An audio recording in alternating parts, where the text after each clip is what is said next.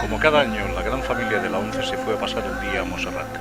La jornada festiva reunió afiliados de toda Cataluña que con sus familias escucharon la escolanía, se divirtieron juntos y luego celebraron una comida de hermandad donde grandes y pequeños hicieron de las suyas.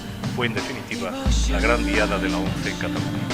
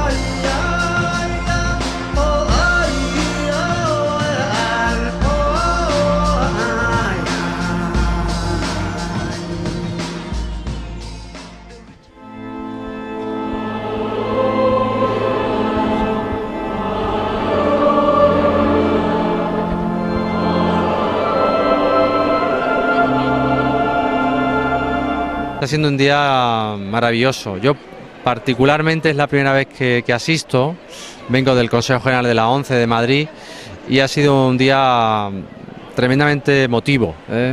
Año subimos aquí aproximadamente unas 2.000 personas. Estamos considerados la romería más grande de Montserrat, que acude aquí a ver a la Moreneta.